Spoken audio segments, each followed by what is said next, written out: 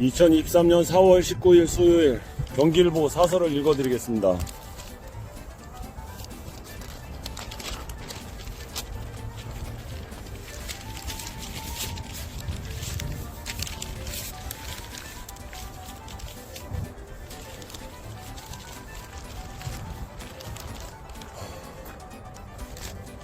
일단 전세 사기 비극, 정부 대책 실효성 강화해야.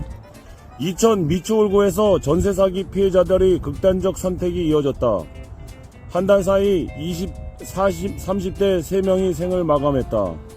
전 재산이나 다름없는 전세금을 뜯기는 극한 상황을 내몰렸던 젊은이들의 죽음이 너무나 안타깝다. 이들의 죽음 뒤에는 악덕업자의 탐욕이 있었다. 전세금 125억 원을 돌려주지 않아 전세 사기 혐의로 구속돼 재판 중인 건축왕이 젊은이들의 삶의 의지를 짓밟았다.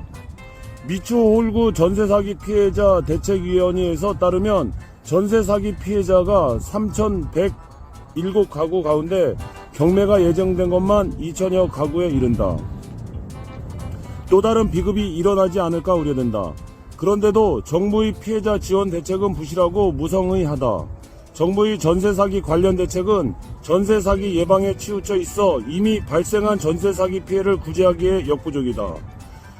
국토교통부는 지난해 9월과 올해 2월 전세사기 방지 종합대책에 경매로 넘어간 주택에 대한 임차인 최우선 변제액 및 변제 기준 상향, 연 1%에서 2% 전리 대출, 긴급 거처 지원 등을 담았다.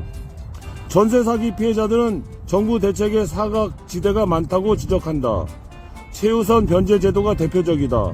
주택 임대보호차법에 따르면 전셋집이 경매로 넘어가면 소액 임차인은 일정 금액의 최우선 변제금을 보장받는다.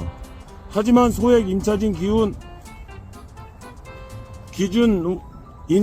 기준을 100만 원이라도 넘길 경우 최우선 변제금을 못 받는다.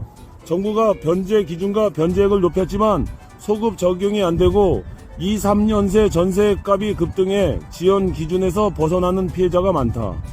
전세 사기 피해자를 위한 긴급 거처도 실효성이 낮다. 인천에 마련된 긴급 거처 238채 중 전세 사기 피해자가 입주한 집은 8채 뿐이다. 입지 절차가 까다롭고 임대주택 주거 여건이 열악하기 때문이다. 저리 대출도 피해를 당한 집의 전세 대출 이자를 그대로 내면서 새로 이사할 집의 보증금을 빌려주는 것이 어서 전세 피해자의 주거비 부담이 낮춰지지 못하고 있다. 피해자들이 요구하는 경매 절차의 일시 중단은 현실적인 도입이 쉽지 않은 상황이다.